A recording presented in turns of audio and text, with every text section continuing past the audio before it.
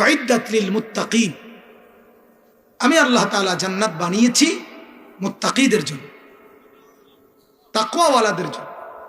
আল্লাহ তাআলা কোরআনে বলছে, বান্দা তোমাকে আমার কাছে ফেরত আসতে হবে। এবং হাদিসে নবীজি বলছে, ইন্নাল্লাহা সায়ুকাল্লিমুহু, হাসরের ময়দানে আল্লাহ তাআলা প্রত্যেকটা বান্দাকে একজন একজন করে, ফারদান ফারদান, একজন একজন করে, অকুল্লুহুম আতিহি ইয়াউমাল কিয়ামাতি ফারদা। আল্লাহ কোরআনে বলছে একজন একজন করে কিয়ামতের দিন আসতে হবে, আমি আল্লাহর সামনে দাঁড়াইতে হবে। আর আল্লাহ তাআলা বলেন, নবীজি বলছেন, ইন্নাল্লাহা সায়ুকাল্লিমুহু, আল্লাহ তাআলা তার প্রত্যেকটা বান্দার সাথে কথা বলবেন। লাইসা বাইনাহু ওয়া বাইনাহু তারজুমান, আল্লাহর মাঝে আর ওই বান্দার মাঝে কোনো পার্থক্য, কোনো দোভাষী থাকবে না। আল্লাহ তাআলা নিজেই বলবেন আমল নামা ধরে ধরে, লিমা ফাআলতা হাদা, আমার বান্দা এটা কেন করলা, লিমা তারাকতা হাদা, আমার বান্দা এটা কেন ছাড়লা, এই আমার বান্দা বছরের পর বছর ফজরের নামাজের সেজদা কেন দিলা না, এই আমার বান্দা রাতের পর রাত উলঙ্গ ছবি কেন দেখলা, লিমা, বলো কেন কেন কেন বলো। সেদিন দোস্ত তুমি কি বলবা, আমি কি বলবো, বলো ভাই, বলো ভাইয়া, কি বলবা তুমি। অতএব আল্লাহ তাআলা কোরআনে বলছেন, আন্না আযাবি আলীম, আমার বান্দা আমার আযাব বড় কঠিন আযাব, নিজে আল্লাহ বলছে। আল্লাহ তাআলা বলেন, ইন্নাল্লাহা সারিউল হিসাব, আমি দ্রুত হিসাব গ্রহণকারী। আল্লাহ তাআলা বলছেন, আমি শাদীদুল ইকাব, কঠোর শাস্তিদাতা। অতএব আমার বাপ, ইত্তাকুল্লাহ, আল্লাহকে ভয় করো, সর্বাবস্থায় দিলে রাখো যে আল্লাহ আমাকে দেখছেন, আমি মাওলার নজরে আছি। এই কথা হাটে কিংবা মাঠে, ঘাটে কিংবা বাজারে, রাতে কিংবা দিনে, প্রকাশ্যে কিংবা গোপনে, একাকী কিংবা জনসম্মুখে, কোনো অবস্থাতেই ভুলে না যাওয়া, বরং 24 ঘন্টা আমি আল্লাহ তাআলার নজরে, আল্লাহকে ভয় করা, আল্লাহকে নজরে রাখা, এই দিলে বসানো, এটা জরুরি। শুনবার ক্ষেত্রে আদব, জুতা খোলা, 1। 2 নাম্বার, আমাদের প্রিয় নবী সাল্লাল্লাহু আলাইহি ওয়াসাল্লাম, তার কাছে হযরতে জিবরিল আলাইহিস সালাম, যিনি ওহী নিয়ে আসতেন, জিবরাইল, তিনি 2 ভাবে আসতেন। অধিকাংশ সময় অদৃশ্যভাবেই আসতেন, মাঝে মধ্যে মানুষের আকৃতি ধরে আসতেন। মানুষের আকৃতি ধরে যখন আসতেন, তখন রাসূলুল্লাহ সাল্লাল্লাহু আলাইহি ওয়াসাল্লামের কাছে হাঁটু ফেলে আদবের সাথে, বিনয়ের সাথে নবীজির সামনে বসতেন। এরপর নবীজির সাথে কথোপকথন করতেন। এটা সব হাদিসের কিতাবে আছে। এর দ্বারা বোঝা গেল, আল্লাহ মেহেরবানি করে, এর দ্বারা বোঝা গেল সুন্নাতের কথা। রাসূলুল্লাহ সাল্লাল্লাহু আলাইহি সাল্লামের সাথেও কথোপকথন বসে শুনতে হয়। এজন্য এই 2টা কথা মিলায়া আমরা এটা বুঝি, কোরআন এবং সুন্নাহর আলোকে আল্লাহর কথা, কোরআনের কথা, ওয়াহি, জুতা খুলে বসে শোনা উচিত। পৃথিবীর আর 10টা পড়া বা শোনার সাথে এটা তুলনা নয়। এজন্য দয়া করে যারা দাঁড়িয়ে আছেন, আপনাদেরকে লক্ষ্য করেই মূলত এটা বলছি। এজন্য এখনো এখানে বসার মতো প্রচুর জায়গা আছে। আমরা দেখতে পাচ্ছি যে এখানে এখনো অনেক জায়গা, আরো 200 মানুষ অনায়াসেই এখানে বসতে পারবে। এজন্য বাইরে প্যান্ডেলের বরাবর কমপক্ষে দাঁড়িয়ে না থেকে, যার যতটুকু সম্ভব শুনবেন, বসে শুনে। ভাই আপনারা বসেন। এই যে ভাই জাম্পারওয়ালা ভাই,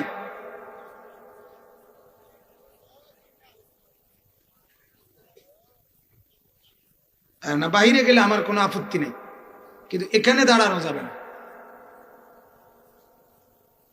মাশাআল্লাহ, ওইখানেই বসেন, অসুবিধা নাই, যেভাবে সুবিধা হয়, কমই হোক। আল্লাহ তাআলার কথা কম শুনলেও আপত্তি নেই, কমেও নেকি, বেশিতেও নেকি। সুবহানাল্লাহ একবার বললেও নেকি, 100 বার বললেও নেকি। অতএব এটা আদব, এর দ্বারা আপনার ভেতরে আল্লাহর কথার আসর হবে, প্রভাব ফেলবে। শুনলেন বছরের পর বছর, কার্যকর কিছু হলো না, কি ফায়দা হলো ভাই বলেন? প্রতিদিন মাহফিল হয়, বয়ান হয়, জুমার নামাজের দিন ইমাম সাহেবরা নসিহত করে, মোবাইলে প্রচুর পরিমাণ বয়ান আছে, আলহামদুলিল্লাহ প্রতিনিয়ত হচ্ছে কথা। তো লক্ষণীয় বিষয় হলো আপনার পরিবর্তনের কি অবস্থা। আপনি যখন পৃথিবীতে থাকবেন না তখনও ওয়াজ হবে, আবার আপনি যেখানে নাই সেখানেও ওয়াজ হইতেছে। আপনি তো এখন রংপুর নাই, ঢাকা নাই, আপনি এখানে, সেখানে ওয়াজ হচ্ছে না, কথা বলেন না। তাহলে কি বোঝা গেল? আল্লাহর কথা তো চতুর্দিকেই হচ্ছে, হতেই থাকবে ইনশাআল্লাহ। আপনার হালাত কি? আমার পরিবর্তন কদ্দূর হইল, আমি পেলাম কি? এটাই আমার মূল বক্তব্য, এটা বোঝা দরকার। গোটা পৃথিবী মনে করেন উন্নত হইতে হইতে আরো অনেক কিছু হইল, আগামী 100 বছর পরে হয়তো আরো বহু কিছু হবে। কিন্তু আমি যদি মরে যাই, পৃথিবী এবার মঙ্গল গ্রহেই ভাসুক, আমার কি? কথা বলেন না।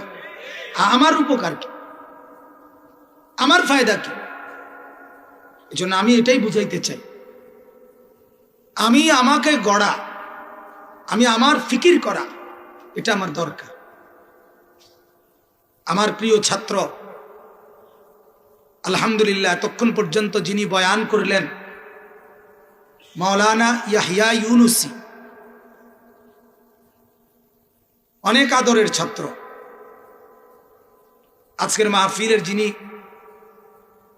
প্রধান আলোচক, মূল আলোচক, হযরত মাওলানা মুফতি সাঈদ আহমদ সাহেব, বাংলাদেশের একটি ঐতিহ্যবাহী গজল শিল্পী গোষ্ঠীর কলরব এর প্রধান পরিচালক।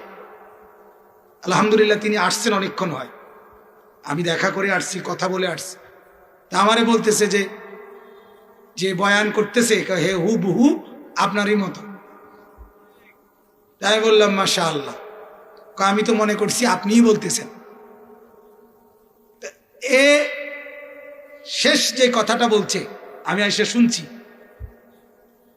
লাস্টে বলতেছিল যে কথা, হাসরের দিন বহু মানুষ বলবে, আল্লাহ আমার ছেলে, আমার মেয়ে, আমার ভাই, আমার বন্ধু, আমার এলাকাবাসী, আমার আত্মীয়, আমার স্বজন সব নিয়ে নেন, বিনিময়ে আমাকে বাঁচায়। বলবে কিনা? কোরআনের আয়াত,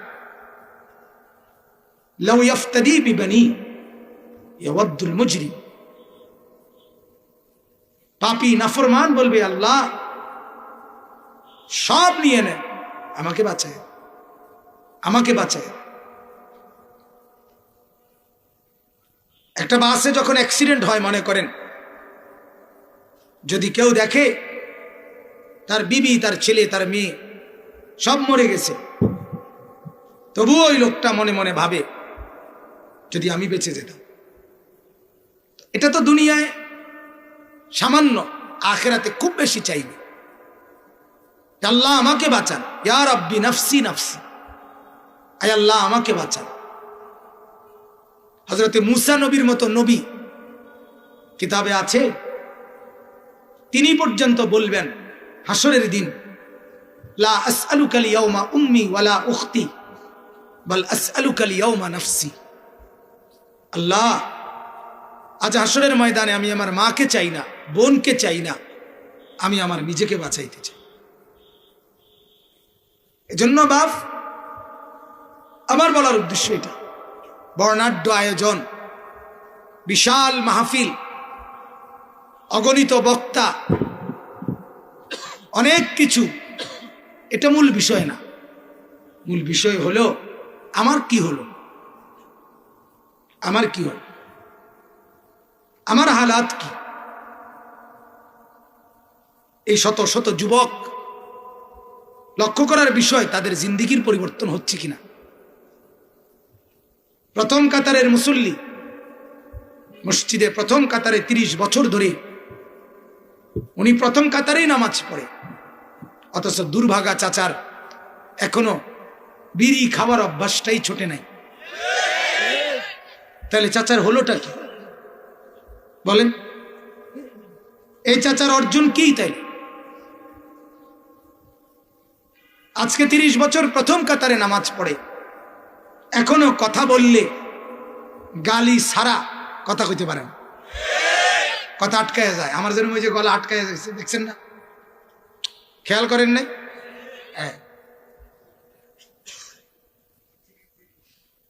এমন ওনার গলা আটকায় যায় গালি না দিলে। কাশের ওষুধ খাইলেও লাভ নাই ওনার। আমি তো কাশের ওষুধ খাইছি একটু, সিরাপ। তাইলে লক্ষণীয় বিষয়, লক্ষণীয়। রাত যায়, দিন যায়, সকাল যায়, দুপুর যায়, আমার হালাত কি, আমার অবস্থা কি, আমার বাপ, এটা লক্ষণীয় বিষয়।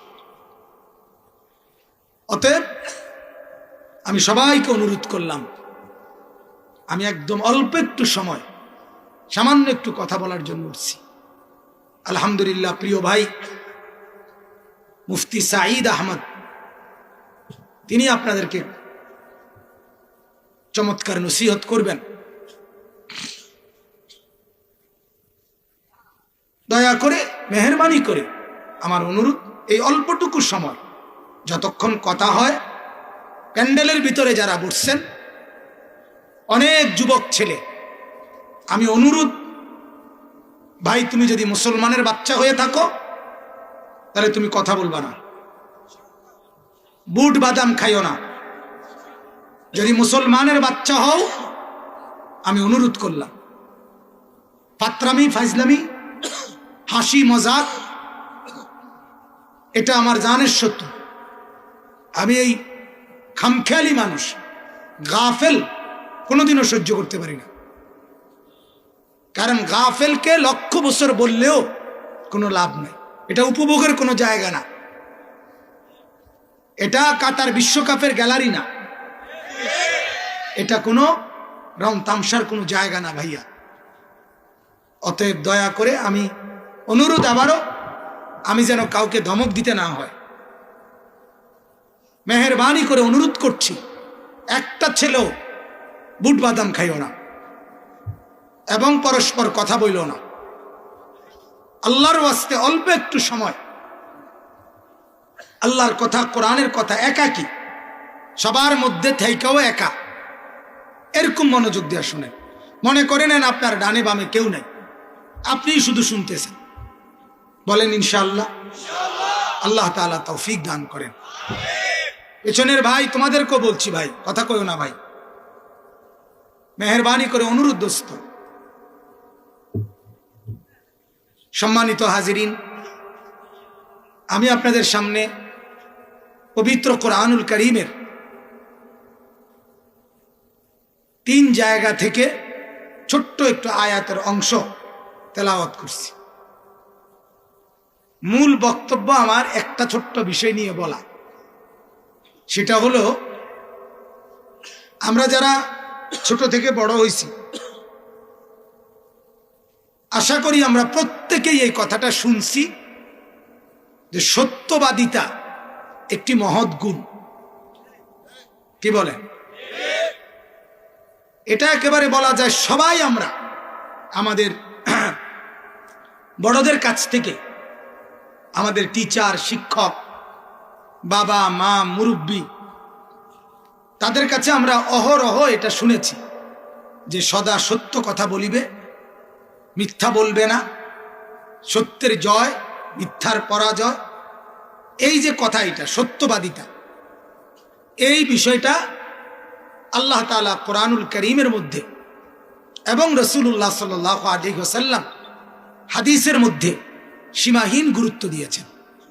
শুধু আমি এই একটা কথাই, as-sidq আরবি শব্দ সিদক, সিদকুন, সা দাল বড় কাফ, সিদকুন সত্যবাদিতা, এইটার উপরে কয়েকটা কথা বলতে চাই। ইনশাআল্লাহ কিছুক্ষণের মধ্যেই মৌলানা চলে আসবে ইনশাআল্লাহ, তখন আপনারা মন ভরে বয়ান শুনবেন। সিদক সত্যবাদিতা, এটা একটা মহৎ গুণ।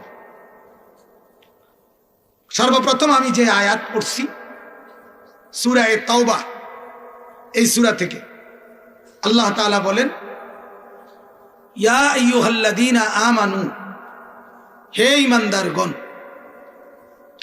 হে মুমিনগণ, ইত্তাকুল্লাহ, সর্বাবস্থায় আল্লাহকে ভয় করো। কি করো? বলেন বলেন, আল্লাহকে ভয় করো, তাকওয়া অর্জন করো, তাকওয়া অর্জন করো। এটা একজন মুমিনের প্রতি, সমস্ত ঈমানদারের প্রতি, জওয়ান বুড়ো সকলের প্রতি আল্লাহ তাআলার আদেশ, তাকওয়া অর্জন করো। তাকওয়া ঈমানের পরে মুমিনের সর্বশ্রেষ্ঠ পুঁজির নাম হলো তাকওয়া। আমার পরিচয়, আপনার পরিচয়, এখানে আমরা যারা বসছি আমাদের পরিচয় আমরা মুমিন, আলহামদুলিল্লাহ, ঈমানদার। এখন আমাদের সবচেয়ে বড় পুঁজি, সম্পদ, অর্জন, এটার নাম হলো তাকওয়া। তাকওয়া, আল্লাহ তাআলা বলেন, ঈমান আর তাকওয়া এই দুইটা আমারে বুঝাইয়া দিবা, আমার জান্নাত আমি তোমারে বুঝাইয়া দেব। ভিসা আর পাসপোর্ট দেখাবা, ইমিগ্রেশন পার করে দেব। ঈমান আর তাকওয়া দেখাইবা, আমি আল্লাহ তাআলা জান্নাত দিয়ে দেব। কোরআনুল কারীমে আল্লাহ তাআলা বলেন, উইদ্দাত লিল মুত্তাকিন, আমি আল্লাহ তাআলা জান্নাত বানিয়েছি মুত্তাকিদের জন্য, তাকওয়াওয়ালাদের জন্য। তাকওয়া কি জিনিস? তাকওয়া মৌলিকভাবে তিন কথা। এক, তারকুল মুনকারাত, আল্লাহ তাআলা যা নিষেধ করেছেন তা ছেড়ে দেওয়া। ফিআলুল খায়রাত, আল্লাহ তাআলা যা করতে বলেছেন তা করতে থাকা। এবং সর্ব অবস্থায় কলিজার ভেতরে আল্লাহ তাআলার ভয় রাখা, এটাই তাকওয়া। সারাক্ষণ খেয়াল করা, আমাকে আল্লাহ দেখতেছে। কে দেখতেছে? আল্লাহ দেখতেছে। আল্লাহ তাআলা নবীজি সাল্লাল্লাহু আলাইহি ওয়াসাল্লামকে কোরআনে বলেন, আল্লাযী ইয়ারাকা হিনা তাকুম, নবী আপনি যখন নামাজে দাঁড়ান, আমি আল্লাহ সরাসরি এই দুই চোখে, কুদরতি চোখে আপনাকে দেখি। ওয়া তাকাল্লুবাকা ফিস সাজিদিন, আল্লাহ তাআলা বলেন, আপনি যখন আমার নামাজি বান্দাদের সাথে উঠা বসা করেন, চলাফেরা করেন, আমি আপনাকে দুই চোখে আমি দেখি। কি করেন, কোথায় চলেন, কোথায় বসেন, কার সঙ্গী হন, আমি দেখি। এই যে আল্লাহ তাআলাকে এটা মনে করা যে আল্লাহ আমাকে দেখছেন, দেখছেন। আমি 24 ঘন্টা আল্লাহ তাআলার নজরে। কার নজরে বলেন? ইন্নাল্লাহা লা ইয়াখফা আলাইহি শাইউন ফিল আরদি ওয়ালা ফিস সামা। আল্লাহ তাআলা বলেন, সাত তবক জমিনের নিচে, সাত আসমানের উপরে কোনো কিছু নাই আমার গোপনে। আমি আল্লাহর আড়ালে, সাত তবক জমিনের নিচে যেই পিঁপড়া হাঁটে, সাত আসমানের উপরে যেই ফেরেশতা হাঁটে, আল্লাহ তাআলা বলেন উভয়কেই আমি সমান চোখে দেখি। আল্লাহ তাআলা বলেন, আমি তাড়াতাড়ি বলতেছি শুধু ব্যাখ্যা ছাড়া, আল্লাহ তাআলা বলেন ওয়াহুয়া মাআকুম আইনা মা কুনতুম, আমার বান্দা তুমি যেখানেই থাকো না কেন আমি কিন্তু তোমার সাথেই আছি। আল্লাহ তাআলা বলেন ইয়ালামু খাইনাতাল আয়ুন ওয়া মা তুখফিস সুদূর, আমার বান্দা চোখ সামনের দিকে রাইখা ডানে বামে বাঁকা চোখে তুমি যা দেখো আমি আল্লাহ তাআলা কিন্তু তা পুরাপুরি জানি। চোখ তো সামনে, কেউ বোঝে নাই, বাঁকা চোখে তুমি রাস্তার পাশের নারী মহিলা তাকে দেখছ, চোখ ঘুরাও নাই আর কি, এমনি চাও নাই আর কি, একটু ঘুরিয়া চাইছো আর কি, তাকাইয়া টেরা চোখে। আল্লাহ তাআলা বলেন মানুষ না বুঝলে কি হবে, আমি বুঝেছি, আমি বুঝছি। ওমা তুখফিস সুদূর, আল্লাহ তাআলা বলেন বান্দা অন্তরের গভীরে কি গোপন করেছ, কলিজার ভেতরে আমি তাও জানি। তাহলে আড়াল করার মতো সুযোগ আছে কিছু? বলেন না, কিচ্ছু। ওয়া আসিররু কাওলাকুম আফিজহারু বিহি, আস্তে যদি বলো বান্দা আমি তাও শুনি, জোরে যদি বলো আমি তাও শুনি। ইন্নাহু আলিমুম বিযাতিস সুদূর, আল্লাহ তাআলা বলেন অন্তরের ভেতরে যা গোপন করছো আমি তাও জানি। আমার বাপ, আমার যুবক বন্ধু, রাত গভীরে তুমি যখন সারা পৃথিবীকে ঘুমে দেখে, মা ঘুমায় বাবা ঘুমায় মনে করে, গ্রামবাসী পাড়া পড়োশি ঘুমায় মনে করে, তুমি যখন একাকী রাত নিশীতে মোবাইল খুলে উলঙ্গ ছবি দেখো, নাচ দেখো, অশ্লীল নর্তকীর সিনেমা দেখো, জিনা আর ব্যভিচারের দৃশ্য দেখো, আরশে আজিম থেকে আল্লাহ তাআলা তখন বলে আনিস আমি কিন্তু জেগে আছি, আমি ঘুমাই নাই, আমি কিন্তু দেখতেছি। আলাম ইয়ালাম বিআন্নাল্লাহ ইয়ারা, আল্লাহ তাআলা বলে জানো আমি কিন্তু সারাক্ষণ তোমাকে দেখি, সারাক্ষণ সারাক্ষণ, আমি ঘুমাই না, আমি তন্দ্রাও যাই না। লা তাখুযুহু সিনাতুম ওয়ালা নাওম, আমার ঘুমও নাই, আমার তন্দ্রাও নাই। আমা মাসসানা মিন লুগুব, আমাকে ক্লান্তি বিরক্তি স্পর্শ করে না। আফ্রিকার গহীন জঙ্গলে যেই গাছের পাতা পড়ে আমি রব্বুল আলামিন তাও জানি। সাগরের গহীন তলদেশে যেই মাছ নড়ে আমি আল্লাহ তাআলা তাও জানি। অতএব বাপ, তুমি আল্লাহকে আড়াল করতে পারো না, আল্লাহকে আড়াল করতে পারো। গোটা পৃথিবীকে ফাঁকি দিয়ে অথবা চোখে দেখিয়ে কোনো লাভ নাই। লক্ষ্য করা দরকার আল্লাহকে না দেখানো, আল্লাহকে না দেখানো, আল্লাহকে না দেখানো। আর এটা সম্ভব না। সম্ভব? কথা বলেন না। আল্লাহকে না দেখানো সম্ভব? আবারও বলছি যুবক নজর দাও, ভাইয়া তুমি তোমার সঙ্গীর দিকে তাকাইও না, আমার দিকেই তাকাও। এজন্য বললাম দিলের মধ্যে কথার ইস্তেহদার, এ কথার উপস্থিতি, আমি আল্লাহ তাআলার নজরে আছি, আমি আল্লাহ তাআলার নজরে আছি। মালিক চাইলে আমাকে যখন তখন দুর্বল করে দিতে পারেন, অচল করে দিতে পারেন। আমি আল্লাহ তাআলার নজরে আছি। আল্লাহকে আড়াল করার এক সেকেন্ড সুযোগ নাই। এই কথাইটা দিলে আনা, আল্লাহকে ভয় করা, আল্লাহকে ভয় করা। আল্লাহ তাআলা কোরআনে বলছে বান্দা তোমাকে আমার কাছে ফেরত আসতে হবে, এবং হাদিসে নবীজি বলছে ইন্নাল্লাহা সায়ুকাল্লিমুহু, হাসরের ময়দানে আল্লাহ তাআলা প্রত্যেকটা বান্দাকে একজন একজন করে, ফারদান ফারদান, একজন একজন করে, অকুল্লুহুম আতিহি ইয়াউমাল কিয়ামাতি ফারদা। আল্লাহ কোরআনে বলছে একজন একজন করে কিয়ামতের দিন আসতে হবে, আমি আল্লাহর সামনে দাঁড়াইতে হবে। আর আল্লাহ তাআলা বলেন, নবীজি বলছেন ইন্নাল্লাহা সায়ুকাল্লিমুহু, আল্লাহ তাআলা তার প্রত্যেকটা বান্দার সাথে কথা বলবেন। লাইসা বাইনাহু ওয়া বাইনাহু তারজুমান, আল্লাহর মাঝে আর ওই বান্দার মাঝে কোনো পার্থক্য, কোনো দোভাষী থাকবে না। আল্লাহ তাআলা নিজেই বলবেন আমল নামা ধরে ধরে, লিমা ফাআলতা হাদা, আমার বান্দা এটা কেন করলা? লিমা তারাকতা হাদা, আমার বান্দা এটা কেন ছাড়লা? এই আমার বান্দা, বছরের পর বছর ফজরের নামাজের সেজদা কেন দিলা না?